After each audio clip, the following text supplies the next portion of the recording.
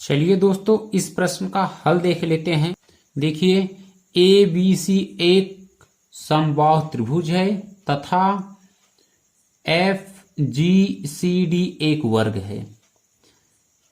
जब A B C एक समबाहु त्रिभुज है तो इसके प्रत्येक कोण 60 अंश के होंगे तथा एफ जी सी डी एक वर्ग है तो वर्ग की चारों भुजाएं बराबर और प्रत्येक कोण 90 अंश के होते हैं। माना बीजी बराबर x सेंटीमीटर।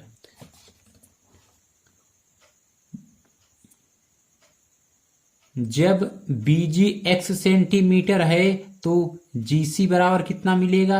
यहां पर ध्यान दीजिए, बीसी की लंबाई हमको दिया है 10 सेमी, तो जीसी बराबर मिलेगा, जीसी बराबर हो जाएगा 10 माइनस x सेंटीमीटर।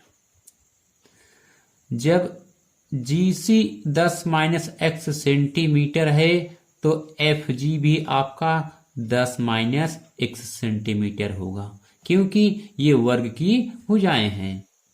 यानी एफ जी बराबर मिलेगा हमको 10 minus x semi.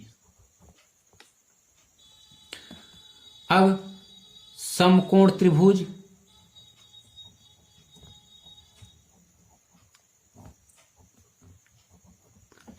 F G B से, यहां पर ध्यान दीजिए,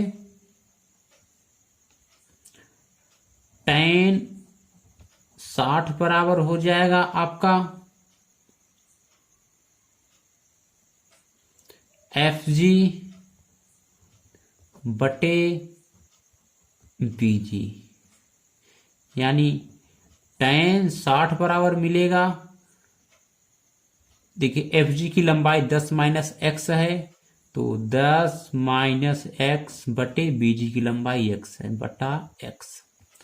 tan 60 का मान होता है करड़ी में 3, यानी करड़ी में 3 बराबर मिल जाएगा 10 माइनस एक्स बटा x। x बराबर मिल जाएगा हमको 5 कोष्टक में करड़ी में 3 माइनस 1, यानी बीजी बराबर 5 कोष्टक में करड़ी में 3 माइनस 1 सेंटीमीटर होगा। तो जीसी बराबर 10 माइनस एक्स है तो एक्स का मान मिला है हमको 5 कोष्टक में करड़ी में 3 माइनस 1। तो जीसी बराबर मिलेगा हमको 5 कोष्टक में 3 माइनस करड़ी में 3 सेंटीमीटर। इस प्रश्न में हमको एफ जी सी ई का क्षेत्रफल ज्ञात करना है, यानी इस भाग का हमको क्षेत्रफल ज्ञात करना है। अब हम त्रिभुज एफ जी बी का क्षेत्रफल निकालेंगे, यानी एरिया त्रिभुज एफ जी बी का क्षेत्रफल बराबर हो जाएगा। ध्यान दीजिए, एफ जी बी एक समकोण त्रिभुज है तो समकोण त्रिभुज का क्षेत्रफल होता है 1/2 आधार यानी गुणे x गुणे ऊंचाई एफ जी, तो 1/2 गुणे, देखिए बीजी की लंबाई हमको मिला है यानी x बराबर 5 कोष्टक में करड़ी में 3 माइनस 1 और एफ जी बराबर है आपका 5 कोष्टक में 3 माइनस करड़ी में 3। तो त्रिभुज एफ जी बी का क्षेत्रफल हो जाएगा 25 2 करड़ी में 3 माइनस 3 सेंटीमीटर स्क्वायर। अब हम वर्ग FGCD का क्षेत्रफल निकालेंगे। वर्ग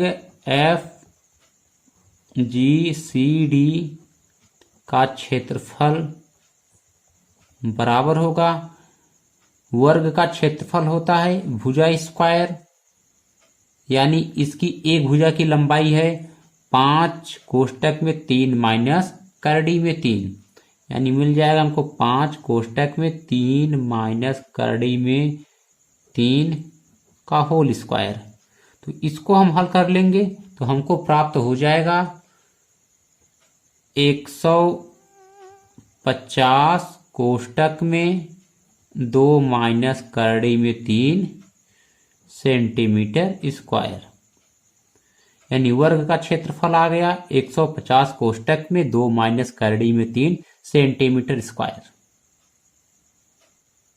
GC समांतर FD होगा, तो इस कोण का एकांतर कोण ये वाला कोण होगा, यानी कोण GCE 60 अंश का है तो DEC भी 60 अंश का होगा, यानी ये वाला कोण भी हमारा 60 अंश का होगा, क्योंकि ये एकांतर कोण है। कोण FBG बराबर कोण DEC। देखिए ये वाला कोण 60 अंश का, ये वाला भी कोण 60 अंश का है, तो ये दोनों कोण आपस में बराबर हो गए, तथा कोण FGB बराबर कोण EDC बराबर 90 अंश। ध्यान दीजिए ये वाला कोण 90 अंश है, तो ये वाला भी कोण आपका 90 अंश होगा, तथा FG बराबर DC, क्योंकि ये दोनों वर्ग की भुजाएं हैं तो वर्ग की भुजा बराबर होती है। अतः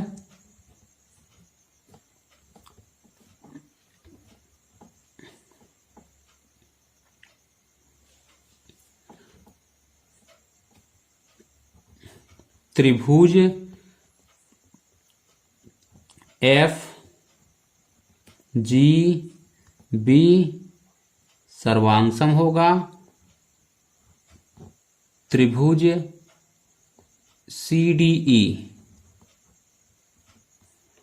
ध्यान दे, त्रिभुज FGB सर्वांगसम होगा त्रिभुज CDE।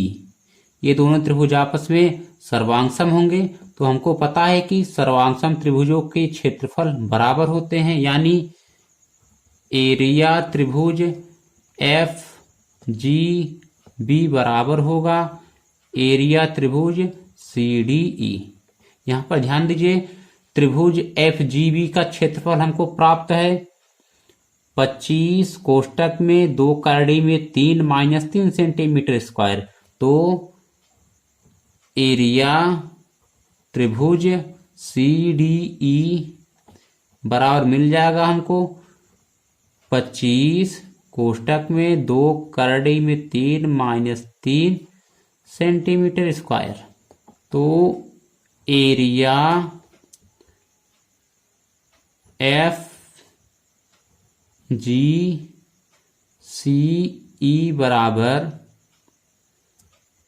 ध्यान दीजिए इसका क्षेत्रफल निकालने के लिए वर्ग के क्षेत्रफल में से हम त्रिभुज CDE का क्षेत्रफल माइनस कर देंगे, यानी वर्ग का क्षेत्रफल माइनस त्रिभुज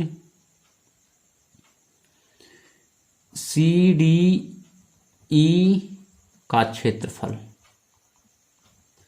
तो दोस्तों ध्यान दीजिए वर्ग का क्षेत्रफल है 150 कोष्टक में 2 माइनस करड़ी में 3 माइनस त्रिभुज CDE का क्षेत्रफल है 25 कोष्टक में 2 करड़ी में 3 माइनस 3। तो इसको हम हल कर लेंगे तो हमको प्राप्त होगा 25 कोष्टक में 15 माइनस 8 करड़ी में 3 सेंटीमीटर स्क्वायर, यानी इस भाग का जो क्षेत्रफल होगा 25 कोष्टक में 15 माइनस 8 करड़ी में 3 सेंटीमीटर स्क्वायर। धन्यवाद दोस्तों।